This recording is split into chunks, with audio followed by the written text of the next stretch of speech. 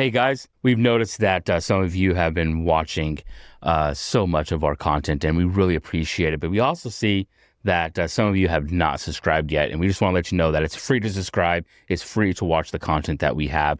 You can watch it at YouTube. You can watch it on Spotify. You can watch it on TikTok. Check out our YouTube channel. You can find all of our episodes there, the full-length episodes, as well as a lot of the shorts. It is packed full of information, packed full of amazing interviews, and I want you to go see it because I think you're going to get some really good value out of that. And honestly, just let us know how you guys like it. Let us know how you guys like the format. And we love doing this, and it's not just for you guys. Honestly, it's for us because we find enjoyment out of it. Really, we do. But ultimately, we want to provide value, and so go get the value. It's free. It's there. Do it. Yes, that's it. Sweet. Welcome back to Unscripted. Really excited, man. Our last conversation, I think we talked about monetizing, over monetizing. Just anything that you're doing, hobbies, projects, whatever the case is. Not that monetization's bad, but as we segue into this next one, which I think you ended our last episode with it. You don't need a personal brand. There you go. You need a real life. You need a real life. Right. So I love this a lot, right? Because I think that we're a lot of obsessed with personal brands right now. Mm-hmm. And even myself to a certain extent, right? Because I'm building a personal brand. I'm building what I need, right? And I think it is important, but it's very important to separate what a personal brand is or a real life is, right? And I want to make this distinction. And what does that mean? What does that mean to you? Yeah, for me, honestly, it means to be able to say, okay, hey, I'm going to document. I'm not going to portray. Right? Okay. I am not going to act. I'm not going to portray this person that I am not on camera. So that way you can think of me as something different, right? I want to be who I am here, off camera, around friends, around family, around random people. That should be it, right? Yeah. Well, it should be, right? But it's not, right? Because you have a lot of these people that are building personal brands around their guru status, right? We're just calling it different now, right? We're not calling them, people don't have marketing gurus in their titles anymore, right? They have like personal branding expert and crap, like that's like this new type of thing that people are doing. But for me, I want to build something of significance, but I also want to have a real life. Yeah. Right. If there is a time in my real life that I want to document, I'm going to, right? But most people, you're not going to see 90% of my life, right? It's only what I want you to see. But the person that you see is the same person off camera as well, right? And that's what it means to me, right? And I really think that we're in an age where people feel they have this like imposter syndrome, but it's so much more prevalent now. So much more prevalent. The bigger your imposter syndrome, honestly, like the more that you're going to want to portray yourself as this actor in your own life. Yeah. Oh my gosh. That's worth expounding on, being an actor in your own life. Can you imagine? We've all been there, right? Where we had to, especially in my early days, and we're trying to build a business and an agency back in my 20s, right? Imposter syndrome was like, I was all in on imposter syndrome. I was like, oh, I got to be the best. I got to make sure that I look big, even though I was a solo guy doing my crap, right? I needed to look big. It's the most exhausting freaking thing you can go through. Mm-hmm. Right? It is exhausting trying to be somebody that you're not in your own freaking life. Yeah. Right? Like, it's not who I am. That's not authentic to me. Yeah. Like, why are you trying to portray something that you're not? Now, I do understand. So, like, if you are starting a business and you are the only one, call yourself a dang freelancer. I don't care. Right? Like, most people don't care, right? But if you're portraying yourself as this large company to somebody, that has 100-person business, and you're like, oh, I got like 10 people working for me, like that parity between what you're saying to this person to this 100-person company is a liability. Right? There's a reason why a lot of organizations and a lot of enterprise companies work with agencies and work with other companies that are just as big as them. Yeah. It's because they have the manpower to be sure that if something happens, it can get taken care of no matter what. The ball's not going to drop. Because when you're an enterprise, right, 100-person company, let's call it a 15-person company, all right? But you're doing work here, right? And you have this person portraying themselves who they are and they're not. Right? Like, the hit that you can take from a brand reputation, from a revenue, from sales perspective is a lot deeper than this dude over here that's portraying themselves in their own life who they're really just not. When out of the gate, you can be like, hey, like, I am a freelancer, right? Call yourself what you are. Or, I am just starting out. I am entry level, right? I am mid level, right? You don't have to always be the senior person in the room. Yeah. You don't. Yeah. I remember a go-to like experience of mine back in the Oilfield. I went over to a ConocoPhillips rig. I think it was in Big Lake. By the way, there's no lake in Big Lake. just FYI. That sucks. Yeah. Honestly, Yeah. You're like, where's this Big Lake? You don't even know how many people. that's like the epitome of trying to be somebody that you're not. Yeah. So I'm going to Big Lake. I'm going to this location. I show up there and I know nothing about these quad gas monitors at the time. I think we talked about that last episode, which was you just kind of dropped me out there and I just had to figure it out. So I'm out there. I understand like the brief like logic of what I'm doing, but then this guy comes up to me, this company man, or it was a tool pusher, and he just shoves this quad monitor in my hand. He's like, "Hey, I need you to test this," and it's a 4-gas, right? Or you have air, or oxygen, LEL, right? So it's like reading stuff like methane and all that kind of stuff. Okay. H2S, some other. There's four readables on there. It's been a long time. Don't make fun of me. Everybody in the oil and gas industry, whatever, or do I don't care. So I've got this monitor. He's like, test it. I've never seen it in my entire life. I'm staring at this thing like it's an alien device. And I had a moment there where I could have went, yeah, I know exactly what I'm doing. Went back to my truck, pretending like I knew what I was doing, grabbed a sticker, slapped it on there, and he wouldn't have been safe. But what I told the guys, I said, look, man, I have never calibrated one of these in my entire life. Looked him dead in the eyes. And he looked at me for a minute, and I thought to myself, I was like, this guy's about to kick me off this location. Don't ever come back here. You know how company man can be. And he didn't. He went, man, I respect that. He's like, can you figure it out? I was like, yeah, give me a couple minutes. Era of YouTube, right? And so I went back in my truck. I had all the supplies. I've just never done it before. And I figured it out, and I got it. But I had a moment there where I could have had that imposter syndrome, or I could have displayed myself as something that I wasn't, which at the time was not a master calibrator of quad monitors. So man, it was a good learning opportunity for me specifically. I think our paths are closer than you think. I remember being at Reynolds, and it was my first tech job when I switched over, and I had to do 2 ERP systems, and they wanted me to implement a new fuel station system. Right. And so I had to do so I was tasked with having to find, plan, design with stakeholders, everything, an entire fuel management system for all of the truckers. Right, because all the plants had fuel stations for the truckers. Right, they had diesel and DEF. Right, at all the fuel stations, right, and so in each one, like we had to pull out the old ones. We had an installer that we had to pull out the old ones, put the new ones in, right. And I started to really learn about fuel systems, and I was like, oh, this is some crap I've never seen before. What the heck is this, right? Like where, like by law, like off-road vehicles and off-road fuel systems can't be calibrated the same as like Shell, where I get my gasoline at, right? Because that's a 1-for-1. It has to be before dollar for dollar, versus this one, it can be within like a few, there's a threshold of what it can be in, right? It's intense. Yeah. It's intense, right? And so and these are all like built on iPads, and it was crazy. It was crazy as heck, man. And so I remember implementing the entire thing and going, man, I'm never going to use this skill again. I will never use this again. There's no way I'm ever to use this again. There's just no way. I was like, this was a great experience, but 101. Freaking one. Yeah. We'll never use this again. Yeah. I unfortunately had to use that quad monitor skill for the next 8 years. Holy crap, so dude.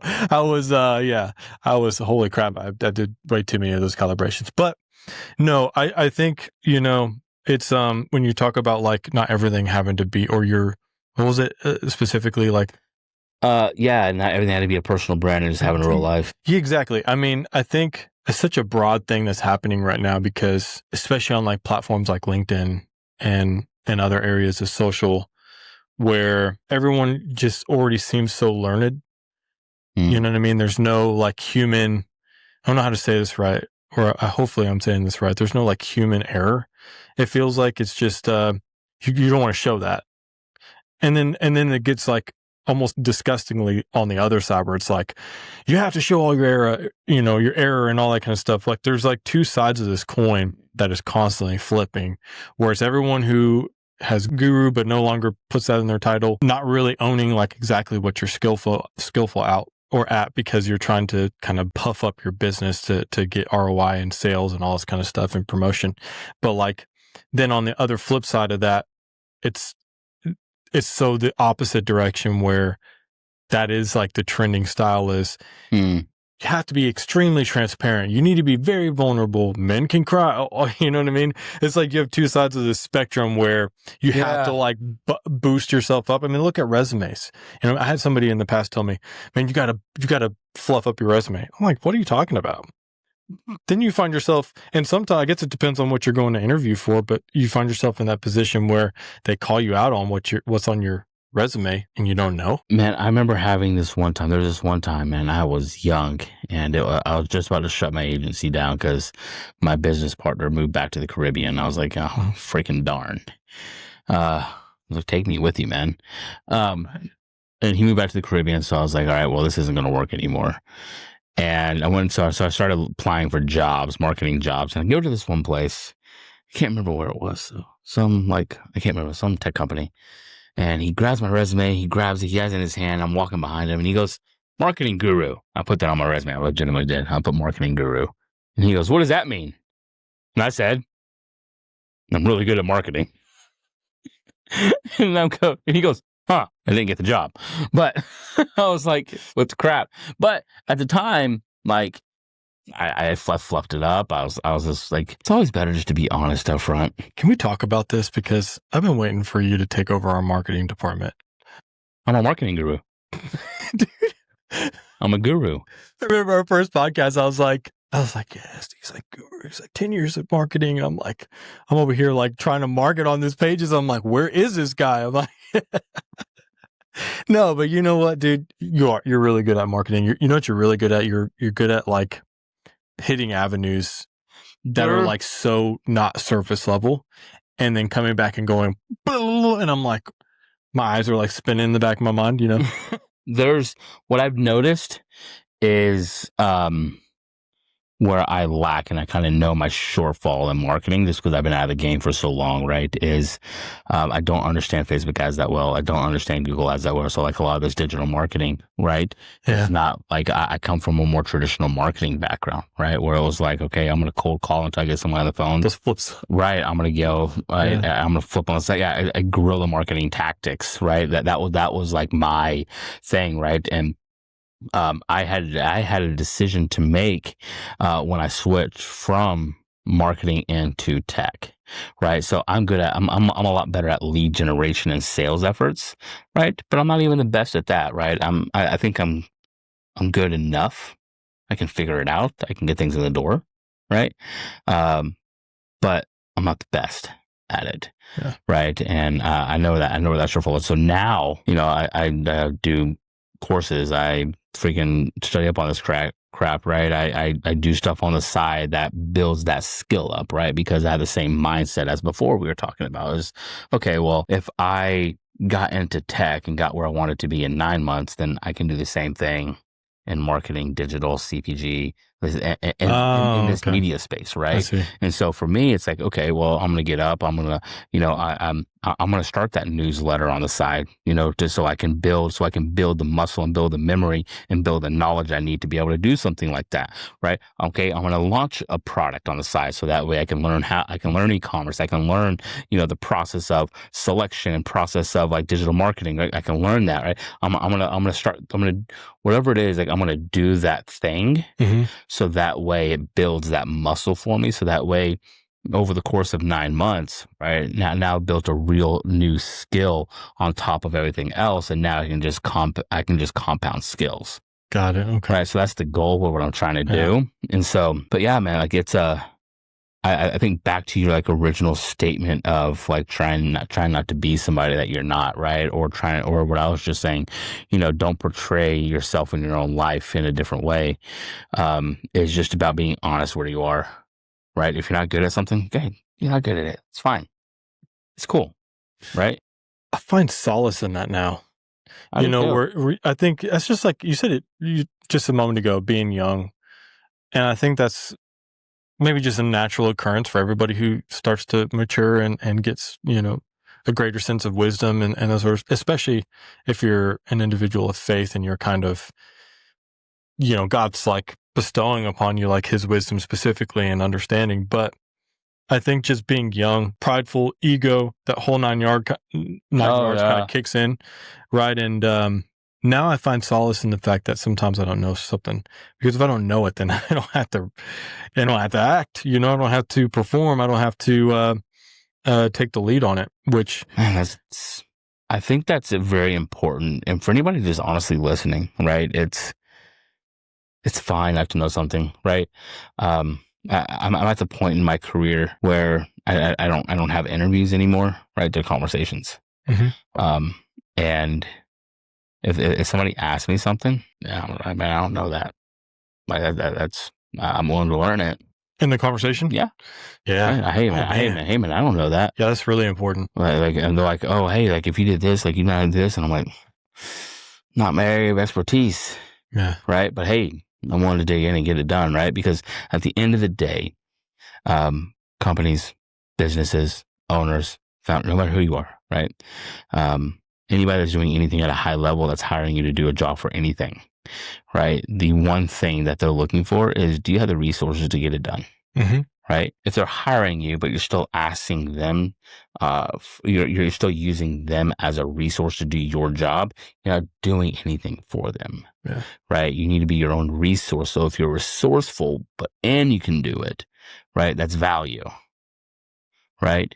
But if I'm still using you to do my job, right? Then I'm still doing the job, mm-hmm. right? And I don't want to. That's why I'm hiring you for it, right? And I think more people need to think that way. Is, like, stop. Be your own freaking resource, right? You have everything at your freaking fingertips these days. Like, you have anybody has anything that they ever need at their fingertips to be their own resource these days, and they just need to stop being lazy and do it. Yeah, one of the greatest things and it's kind of off topic, I guess, but like one of the greatest things I hear from my management, at least upper management, is I don't want to micromanage you. If I have to micromanage you, you probably don't need to be here. I'm like, yes, we're on the same page, because I don't want to be micromanaged either. And I love to do exceptional things exceptionally well. And so if we're in sync there and we can touch base and pivot on, at a moment's notice if we need to in areas, I value that. I want to know if I'm going the wrong way, but at the same time, I want to know that I'm going the wrong way because I'm putting in the effort. I'm putting in the work to not only research what I'm passionate about, also what gives me purpose, or I feel like gives me purpose, where I'm have good strengths at, but also, I think one of the better things to understand too, especially being in like a general workforce, is you want to be well balanced. Mm-hmm. And so the idea that you hear in all those seminars is, focus on your strengths, but you really need to focus on your weak. You can only give so much to those weaknesses. They're weaknesses for a reason, and where you might be weak is exactly why the company has hopefully, right, bolstered that department up to have a strength, somebody who has that as a strength. So I feel like sometimes you have like that manager or that owner that comes up and goes, hey, I know you're really good at this and this is what you're really comfortable at, but I want to shift you and do these things. That's okay. That's nice. But being able to understand that you've gone down that route for the last maybe 1 quarter, 2 quarters, 6 months, right? And you're not having any effect, like me working at Heights, you're just not going to get anything out of me. To know that that's supposed to be a weakness on purpose, and maybe you're not designed and or in a position to really impact that weakness or that area specifically the way that you think you are. Because you drive, like for me, that'll drive me crazy. I'm so hands-on. I need to, like, if somebody's not my friend, I'm going to make them my friend. Maybe that person's not supposed to be my friend. I'm starting to wake up and like realize and ask myself these questions. Like, maybe that's not supposed to be my friend. Maybe we're not supposed to be good acquaintances. Maybe we're not supposed to get along at work. That's okay. You don't have to have friends at work. Will's out here making people be his friend. You're going to be my friend. Yeah. Pinning them against the wall. Be my friend now. Be my friend. Covering their mouth. Okay. Now listen here, you crazy. Yeah. Who doesn't like hot chocolate? That smells like chlorophyll. Wait, chlorophyll. Yeah. Chloroform? Is it chloroform? Chlorophyll. Dude, come on, bro. Is it chlorophyll? Chloroform. Chloroform. It is chloroform. Yeah. Chlorophyll is medicine. Chloroform is poison. It's knock you out. It's knock wake you up out. wake up on a Tuesday, missing a kidney, like market type. That's what happened. I'm kidding. No, it is. It's hard not to want everything to be a personal brand, though, isn't it? Yeah. Okay, let's define that, right? I don't like personal brand to me is like personal to you, right? It's for me, Michael, like a personal brand is showcasing myself in an authentic way that showcases my personality, it showcases my work, it showcases my skill sets, and showcases what the value that I can bring to the world for whatever it is that I'm doing, right? So whether it's for an audience, whether it's for a business, whether it's for both. Okay. Right. It's how can I showcase myself in the best way possible, not in an unauthentic way, but in a very authentic way to show people that, hey, this is how you get to where you want to be, or this is how you secure what you need to secure from a data protection standpoint. This is how you go about, like, let's rethink about your lead generation. Like how can I come out and just pour myself out of all the knowledge that I have, but structure it in a way that makes sense to somebody on the other side of the screen or that's in front of me. Right. That's my personal brand. Yeah. Right. I think my personal brand would be, it kind of goes back to being that forward thinker, being that person who I'm almost playing chess. Yeah. I value being the person that when you've played half the board and you get to that pinnacle moment in the corner slot and I'm sure there's no corner slots of chess, whatever. You're just in that pinnacle moment where it matters and nobody's anticipated or prepared for that moment. I've already prepared for that moment.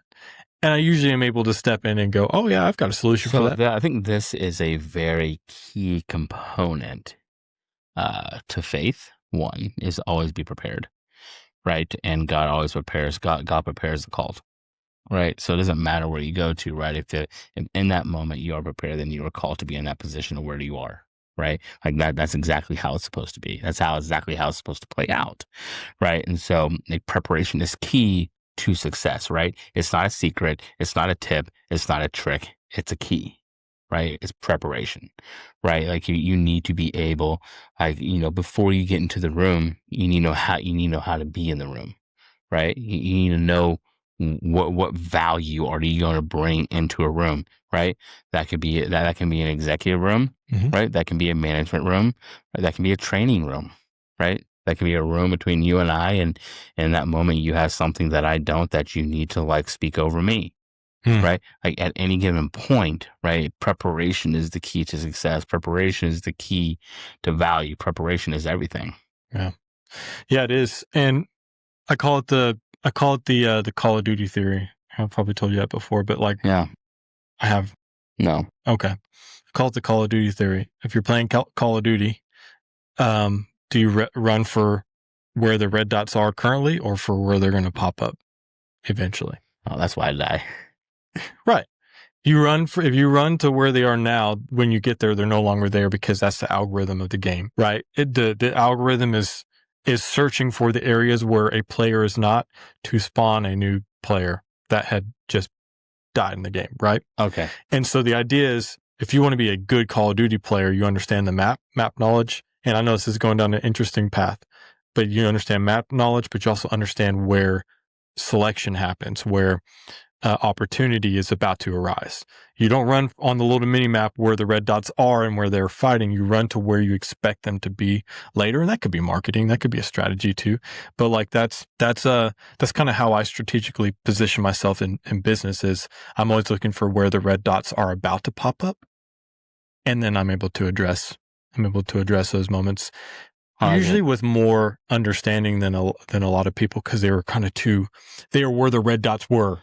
Right. And so they're just like all discombobulated, and I don't run that direction. I run where I expect things to be. Right. And then I have an oversight. And when you have oversight, then you can start to separate in your life from the personal brand and the other side of this question and topic, which is, what does your life look like? Right. When you stop just always personal branding yourself and position yourself to understand, like, for instance, A key thing for me, I think this is going to be great.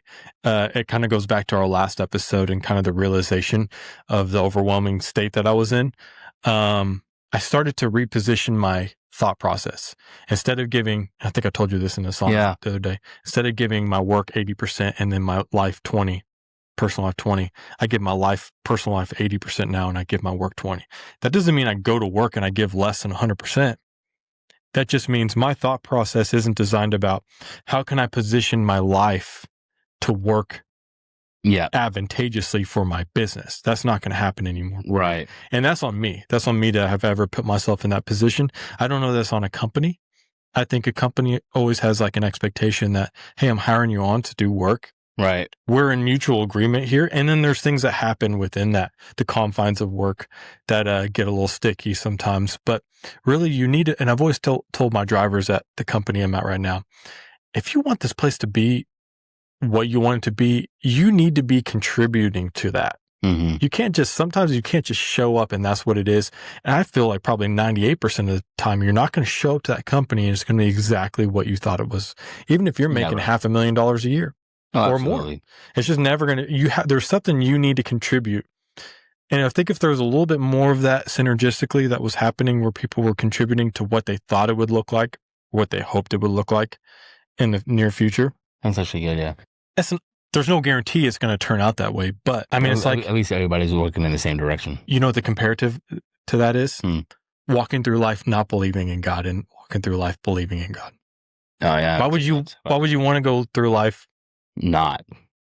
When you have this opportunity, even if you think he doesn't exist or that he's not here, that, Jesus didn't die on the cross for our sins, why would you not want that experience while you have this short time here on earth? Mm-hmm. Because it's so life-changing.